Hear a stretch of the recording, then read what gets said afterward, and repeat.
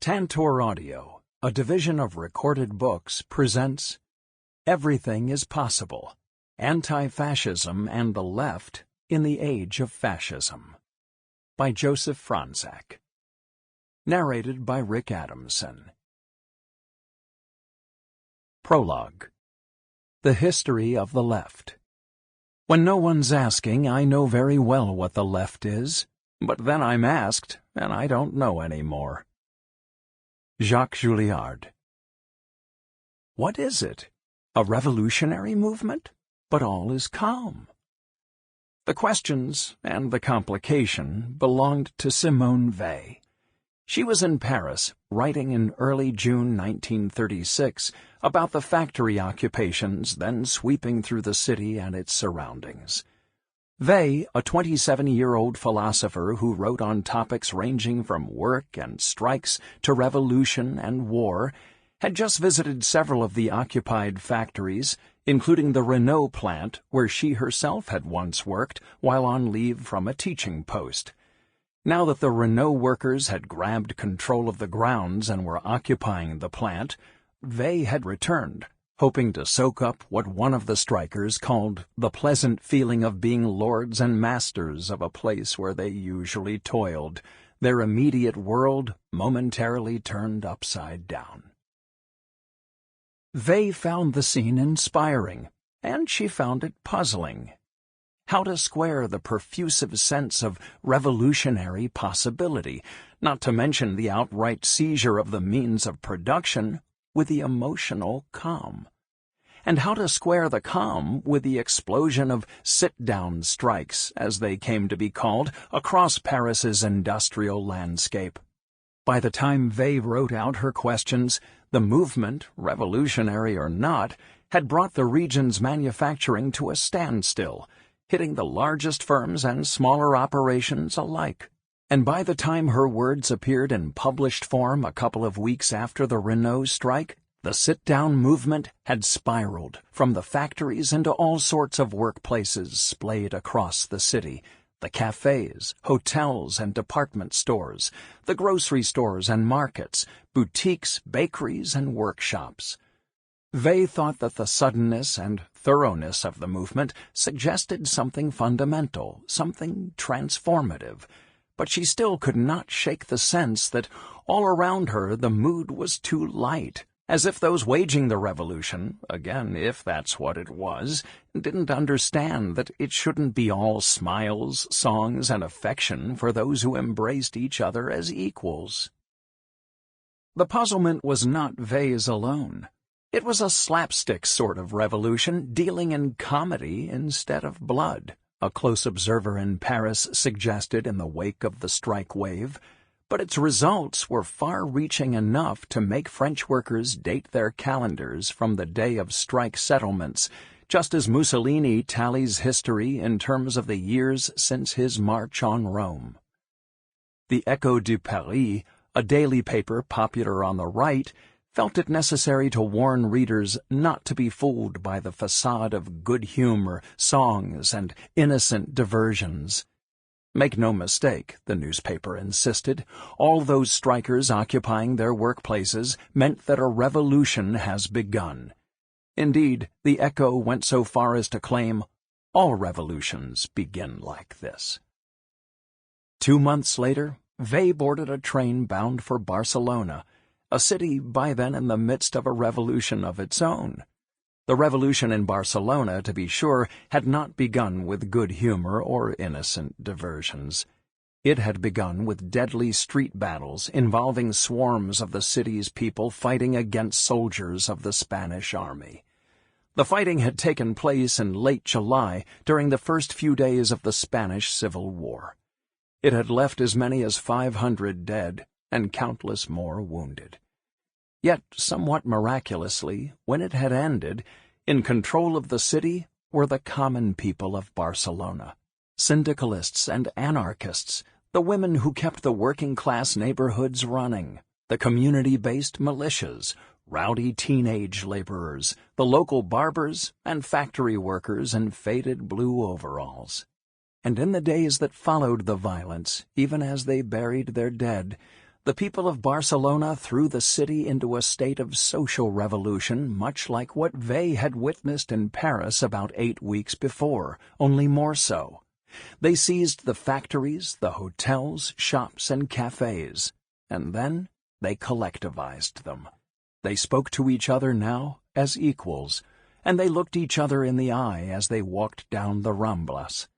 There, in the heart of the city, they gathered and sang revolutionary songs, of the sort that George Orwell, when he arrived 4 months after Vey, would find the naivest kind, all about proletarian brotherhood and the wickedness of Mussolini. Everything in the streets of Barcelona in those extraordinary days was, as one young socialist put it, dreamlike, everyone hallucinating with happiness. One spectator speculated that it was like the day of festival in older times. Vey arrived in early August, 3 weeks after the city's liberation. When she arrived, the social revolution was still in full force. Yet, as when she had visited the occupied factories near Paris earlier in the summer, she was struck in Barcelona by the calm and good spirits surrounding her. In her journal, she wrote of stepping out of the train station and strolling along the city's happy streets, the cafes and shops open and serene. Nothing has changed, really, she suggested, except for one little thing. Now the people have the power. But from that exception, much ramified. She wrote that as she scrutinized her surroundings more carefully, noticing, for example, so few police and so many kids with guns, she came to realize that, surface calm notwithstanding, this truly is revolution. Vey had come to Barcelona, however, not to soak up the scene, but rather to fight in the war. She had done so because she saw it not as only a Spanish civil war, but also as a global one. She saw the war as a great scission, splitting all humanity into enemy camps and impassioning partisans the world over with hatreds for newfound nemeses, even among old neighbors. And she saw the war's implications extending across vast overlapping ideological, political, and moral terrains. Vey was far from alone in seeing things so, as more than 40,000 people from beyond Spain left their homes in Ethiopia, the United States, Cuba, Palestine, and many other countries to join in a struggle that they interpreted as their own. In even those parts of the world most distant from Spain, the war worked to accelerate an ideological sorting out already underway, intensifying changes already begun in how people imagined the world's politics and in how they imagined that they themselves could shape and turn those politics. When the war had begun in late July, Vey had been at home in Paris, away from the fighting, and yet nonetheless she had already felt implicated, because, despite my best efforts, I couldn't keep from subjectively participating in this war. In the end, whether she had been right or wrong in Paris to see the war as her own, her choice to engage, as she put it, worked to make it so. By engaging, Vey and all of the thousands of others who went made sure that the war would indeed hold just the sort of global implications that she had sensed were there when she'd decided to catch the train to Barcelona. Consider another personal political trajectory, contemporaneous with Vey's, converging with hers in Spain. Follow Oliver Law from the south side of Chicago to the battlefields of Jarama. On a pleasant Saturday afternoon at August's end, 1935, Law stood on a roof near Chicago's 47th Street L station and gave a speech. Below, an excitable crowd filled the street, assembled in protest of the Italian fascist regime's ever-escalating threats to invade Ethiopia. Law had put considerable work into organizing the demonstration, and after the police had rejected the organizers' application for a parade permit, he had been among those who insisted on holding the event regardless. Now, on the roof, he had a lot to say. A black veteran of the United States Army, he had become politically engaged during the earliest, most desperate days of the Great Depression. He had taken part in 1930 in Chicago's unemployed movement, both before and after officers from the police department's Red Squad beat him senseless with blackjacks, and he'd taken part the following year in local protests against the incarceration of the Scottsboro Boys, the 9 black youths unjustly accused of rape in Jim Crow, Alabama.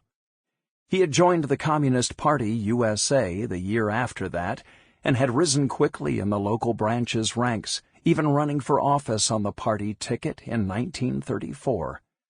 Meanwhile, he had driven a cab, loaded ships along the docks, worked construction for a spell, and also opened an undercapitalized restaurant, which quickly failed.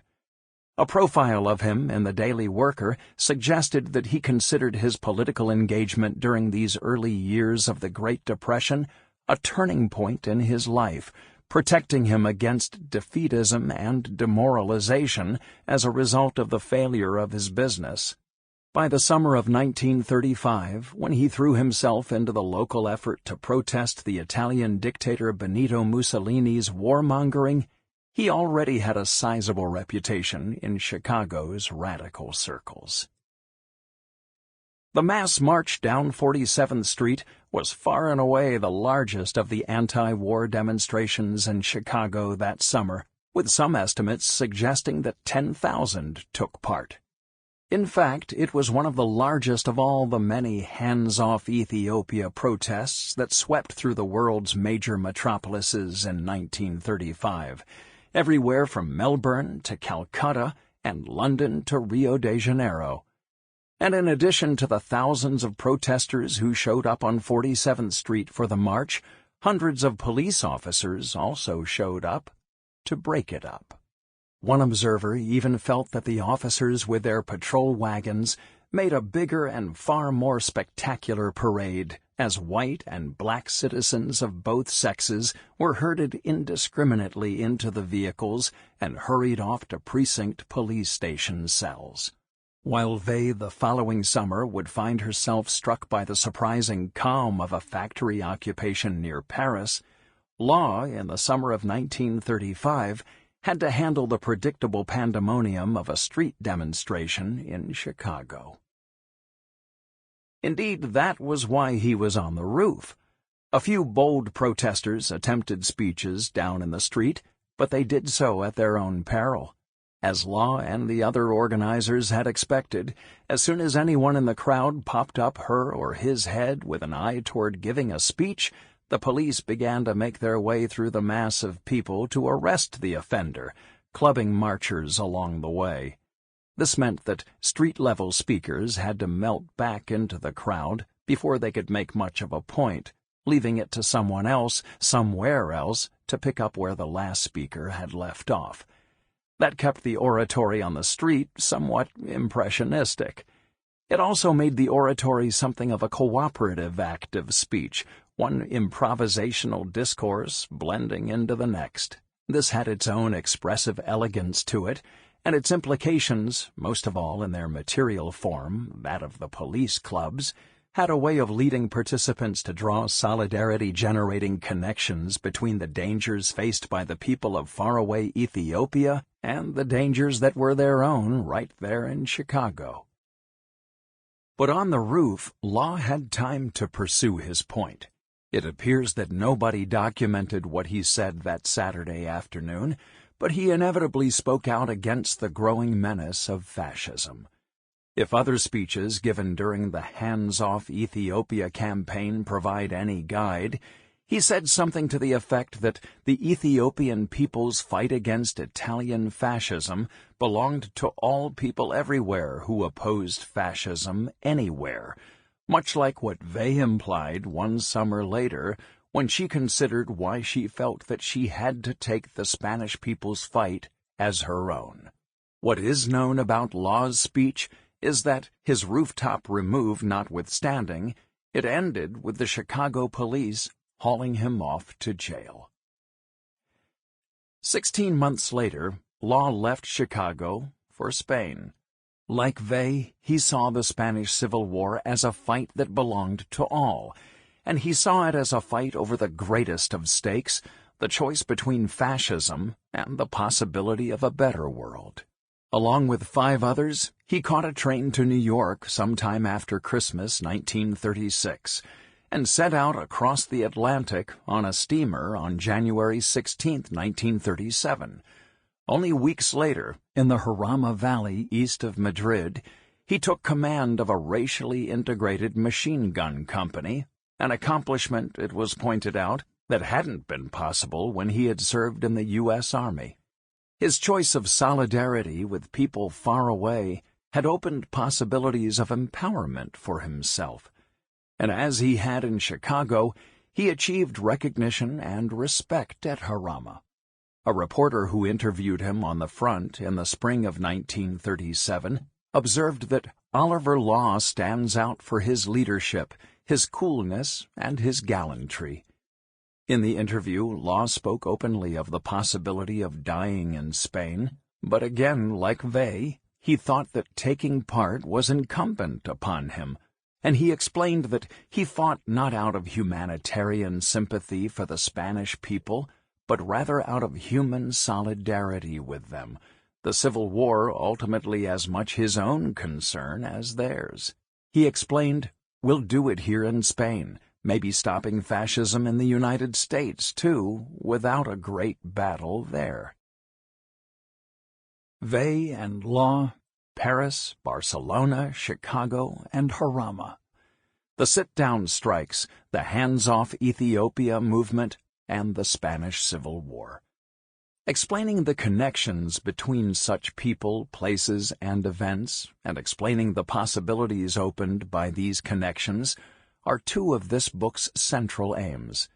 That Vey's and Law's life stories converged in Spain serves as a nicely illustrative geographical representation of a much larger story of convergence, that of the left during the middle years of the Great Depression. The left in those years came together across divisions of political geography, race, nationality, empire and colony, language, political affiliation, and ideology, to achieve a fleeting and fragile but meaningful semblance of unity. This book maps out that convergence. It is a history of the left at a moment of its remaking into something new and more substantial than what it had been before, and into something more familiar to our notions of what the left means today. Indeed, one of the more general claims of the book is that much of what we now think of as the left turns on what happened in this short historical period. This is so in even the most fundamental of ways. For the mid-Depression years, those years leading up to and culminating in the Spanish Civil War, were when the basic idea of the left as some great aggregate of people who find common cause with each other the world over finally took form. There had been, to be sure, other notions of the left in political rhetoric for a long time before these years, but those were smaller and less consequential conceits. Only when the generation of Vey and Law took to the political battlefield in the 1930s did the idea of the left swell into the distinctive shape and size that it has had since.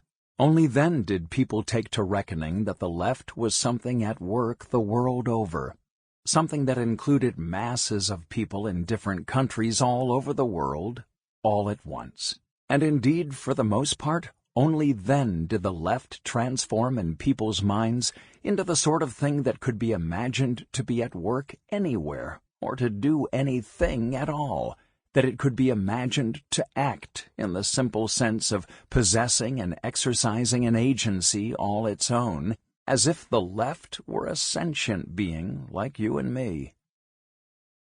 It is the sort of political fiction usually taken for granted.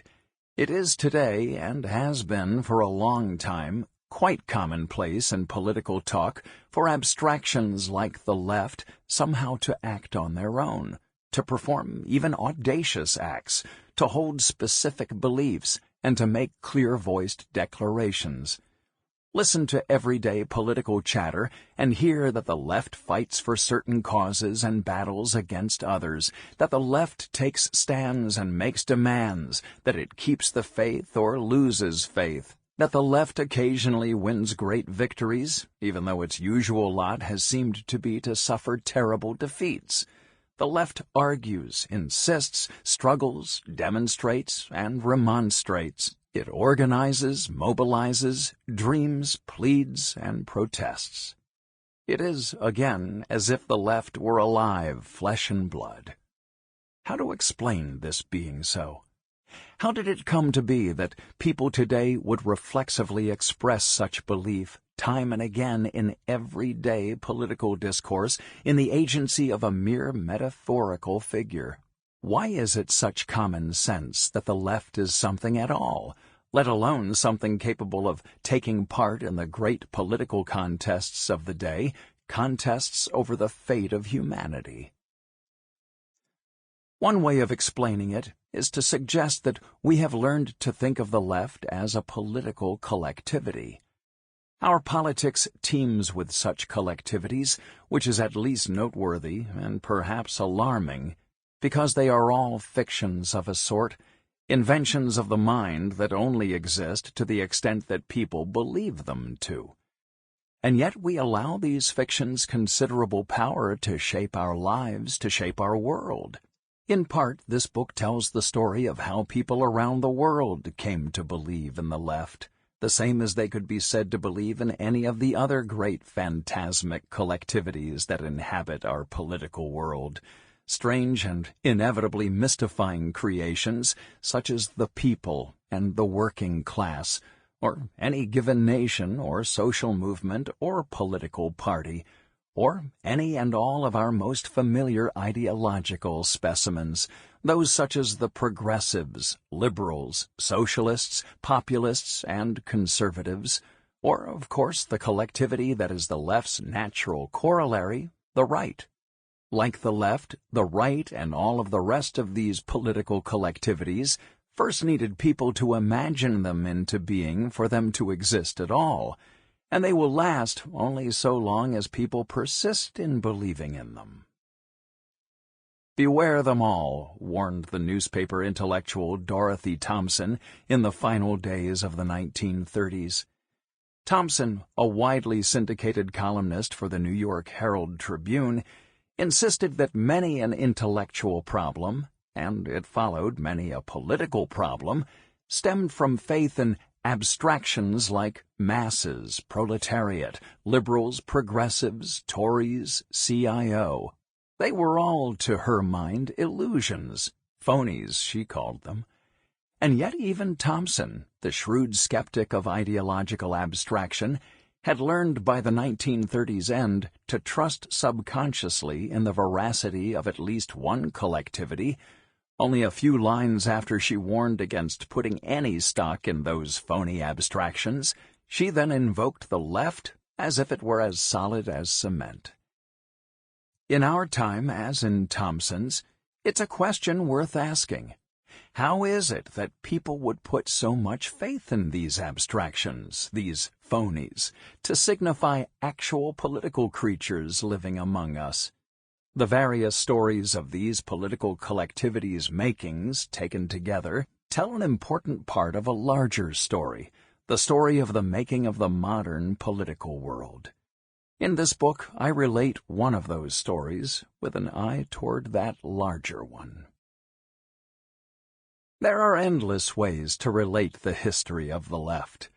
The historical moment at the heart of this book, the middle period of the Great Depression, is far from the only point of origin for the left as we know it today, and this book's narrative is far from the only origins story for the left that could be told about even this historical moment.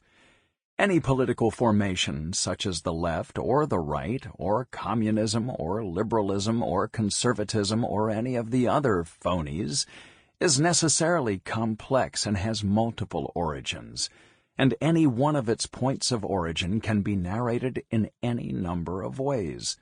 Nonetheless, this book relates the origins story for the left that I thought I could tell, and that I thought made sense to tell in our time. The most familiar origin story for the left that could be told is a much older one. That story, explaining the spatial metaphor behind the name the left, reaches back to the first year of the French Revolution. The episode, only later invoked as the left's origin, unfolded as part of one of modernity's most myth-laden political dramas, the excited debate in Paris and Versailles over the rights of man during the extraordinary summer of 1789. In the weeks that followed the storming of the Bastille in Paris, deliberations in France's revolutionary National Constituent Assembly at Versailles became so intense that the deputies who were most taken with the metaphysics of rights, liberty, and equality gradually took to sitting together on the chamber's left side so as to make their case more forcefully physically unified. It may seem like an inconsequential habit, but it had force. Right away, it made those congregating on the left into a collectivity, however small and impromptu, and they sensed this to the point that it altered their behavior in the chamber. What was most noticeable was that their heckling and hissing now drove their adversaries, those protective of social hierarchy and the authority of church and crown, over to the room's right side.